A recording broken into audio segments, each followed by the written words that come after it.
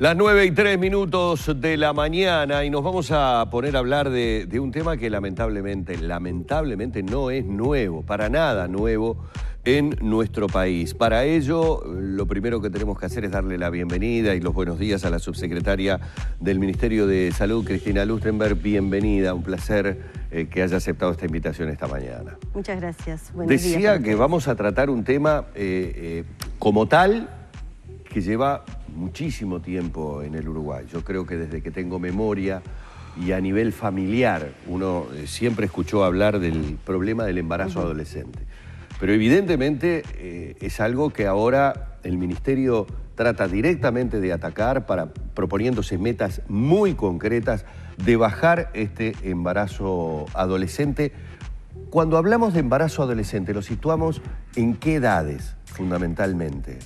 Lo situamos en los embarazos, en las mujeres, en las niñas, en las adolescentes, entre 10 y 19 años. Bien. Sí, bien. Y lo separamos cuando lo estudiamos, porque como tú decías, este es un tema estructuralmente que tiene el Uruguay, desgraciadamente, en su matriz demográfica, en su diseño de las políticas sociales. Hay dos temas estructurales que el Uruguay, pese a los avances, tenemos. Son situaciones de vulnerabilidad en la primera infancia y situaciones también de vulnerabilidad vinculada a los hogares donde hay jóvenes y adolescentes, y la situación del embarazo no intencional en la adolescencia es la punta del iceberg de muchas inequidades y desigualdades que hay en estos grupos etarios. Entonces, cuando nosotros lo estudiamos, se separa en dos causas y en dos intervenciones diferentes. Una es el grupo de niñas de 10 a 14 años, porque en este grupo está vinculada y se llama y se define como una maternidad infantil forzada, porque nosotros en este grupo etario se dan cuenta que son niñas de 10 a 14 años, están vinculadas casi siempre a situaciones de abuso sexual, de explotación sexual, por eso se define como una maternidad infantil forzada, y después tenemos las situaciones de embarazo en las adolescentes entre 15 y 19 años. El Uruguay tiene estancado desde la década del 90 este indicador que hace que el 16% de los nacimientos en nuestro país son producto de, en este rango etario, que eso equivale a unos 8.000 por año, unos 7.951, exactamente es la cifra del 2014, y cuando lo desagregamos en estos dos grupos etarios, en las menores de 14 años son 169 nacimientos en nuestro país en este grupo etario. Entonces, las líneas de acción que hacemos son diferentes, pero sí la complejidad cuando se aborda el tema es de los 10 a los 19. Claro. Y como tú decías al inicio, esto está entre los 15 problemas identificados que el Ministerio de Salud Pública identifica para este quinquenio, que tenemos que ir a comprometernos a mejorar con indicadores de resultado, a tener líneas de acción. Uno es el embarazo no intencional en la adolescencia, que lo que hicimos el martes es poner en la difusión pública una estrategia nacional hacia la prevención del embarazo no intencional en este grupo etario, donde lo estamos trabajando todo el gobierno, el Estado, con mucho soporte de la Universidad de la República, del sector académico. Ese día, el martes, también se puso conocimiento una investigación que desarrolló la Universidad de la República, la Facultad de Ciencias Sociales y la Facultad de Psicología, donde se desagrega una investigación maternidad y desigualdad en el Uruguay. Porque también cuando vemos esto, vemos la inequidad que traduce este indicador. Cristina, sin ánimo, y quiero seguir la línea de lo que decís, pero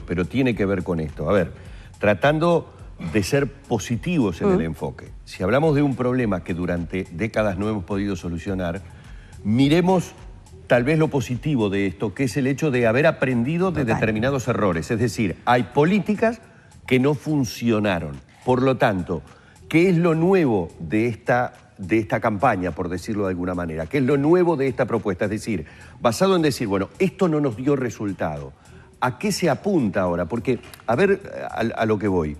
Para que no se produzca el embarazo adolescente y para ser prácticos y bajar las cosas a tierra, se necesitan dos situaciones. La primera, obviamente, la conciencia, si es que puede tenerlo una niña de menos de 14 años, de la situación a la que puede verse sometida. Pero hay otro factor, que es el adulto o la otra persona que interviene. Entonces, digo, en esta política, ¿hay algo que apunte al quien en definitiva es el que causa este daño, este flagelo?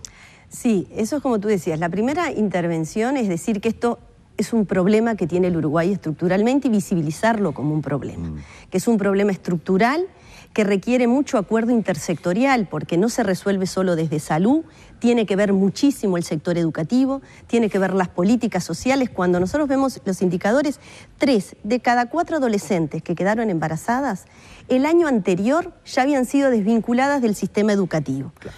Cuando uno ve el perfil, por eso decimos que este fenómeno, este problema grave que tiene el Uruguay, traduce muchas inequidades, porque cuando uno lo desagrega, vemos en los departamentos donde mayor pobreza hay, en los hogares donde hay adolescentes y niños, está concentrado este problema. Cuando uno lo desagrega por prestador de salud, ve que los seguros privados, las mutualistas tienen muy bajo porcentaje y los prestadores públicos, en particular la Administración de Servicios de Salud del Estado, donde se atiende la población de mayor vulnerabilidad, tiene los mayores porcentajes. O sea, cuando uno lo desagrega por municipio, por barrio, también ve que en los barrios, en los municipios donde hay mayores vulnerabilidades de vivienda, de pobreza, ahí están concentradas estas dificultades. Entonces, lo innovador es rescatar todo lo que se ha hecho estos años, visibilizarlo como una estrategia de gobierno que tenemos un problema y lo tenemos que resolver entre salud, educación, el diseño de las políticas sociales, el INAU, todas las sectoriales implicadas.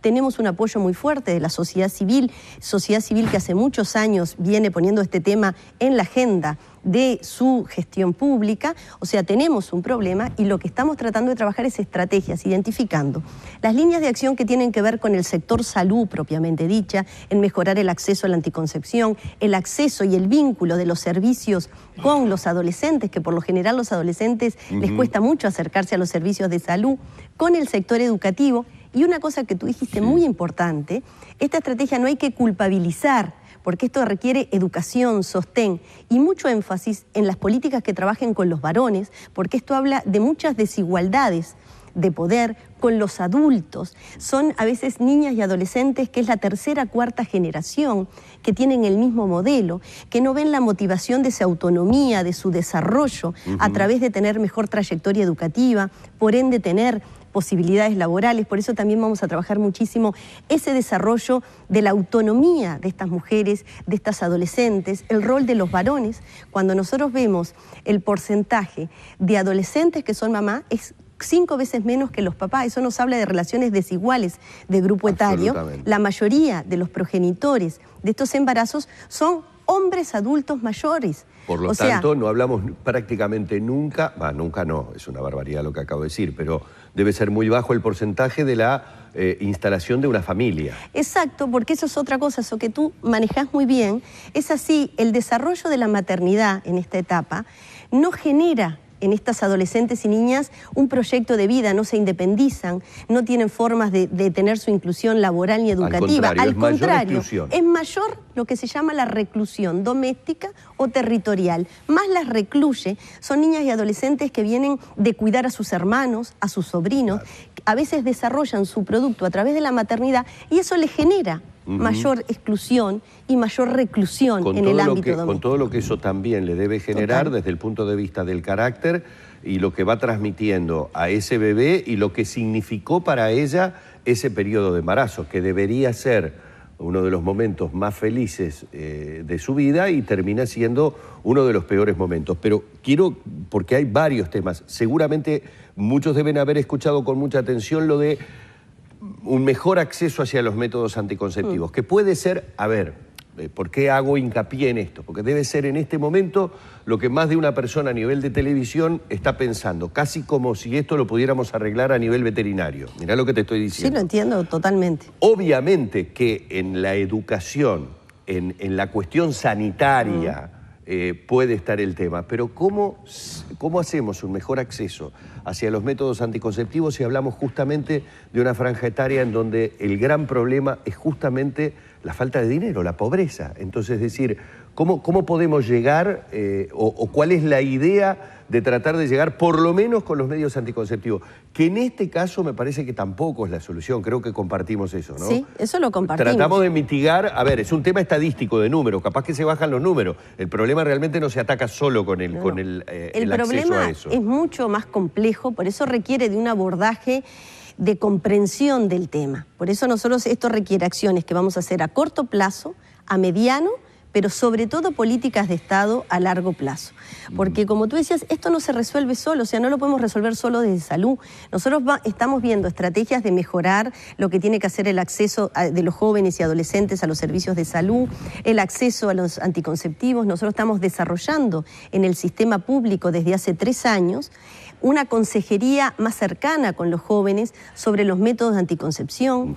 Estamos colocando en el sector público un método anticonceptivo que se llaman los implantes subdérmicos. Se han colocado en la Administración de Servicios de Salud del Estado y en el resto de los prestadores públicos 23.800 implantes subdérmicos en todas las mujeres de los grupos etarios. Contanos un poquito Los qué es. implantes es un método anticonceptivo de liberación hormonal que se hace una pequeña incisión en el antebrazo y se coloca un dispositivo que tiene una efectividad por 5 años y es muy efectivo. Fíjense que haciendo un promedio de mujeres que usan anticonceptivos orales, 180 pueden quedar embarazadas de 2.000.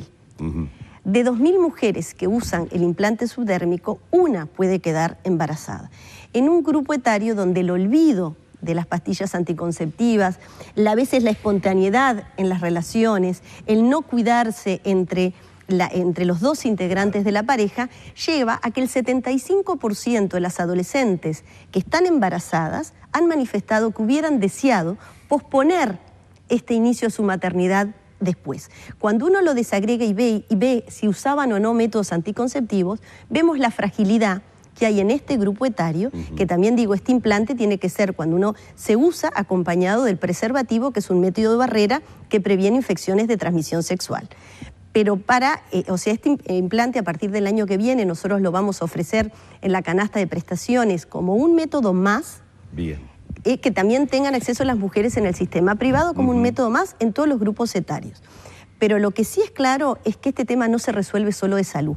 Comienza desde la primera infancia, donde los estereotipos de género, las prácticas de crianza, el juego entre niñas y varones, sea un tema de igualdad, de equidad, no de poder, porque en estas relaciones, cuando uno investiga y trabaja, hay muchas situaciones de abuso en ese vínculo que lleva realmente a que la consecuencia puede ser el embarazo, pero es la pérdida de la autonomía. Nosotros queremos trabajar en este grupo etario, por eso nosotros la cercanía estamos trabajando con todo el sector de la ANEP, con el Ministerio de Educación y Cultura, en mejorar todo lo que es la educación sexual, el desarrollo de autonomía de las niñas y sobre todo con los varones, porque estas políticas, como tú decías, no pueden ser culpabilizadoras en estas niñas y estas adolescentes. Habla de las 3 inequidades más grandes que tiene el Uruguay estructuralmente.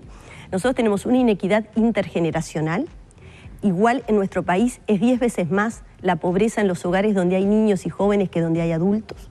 Hemos mejorado muchísimo porque hoy estamos en niveles de pobreza más bajos, la pobreza medida por ingresos, no la que es como tiene que hacer abordar este tema, porque cuando uno lleva también en el embarazo adolescente vemos que estas niñas están en lugares donde las viviendas son de forma realmente en emergencia habitacional, donde el capital educativo es muy bajo, o sea, la pobreza medida desde un lugar más integral.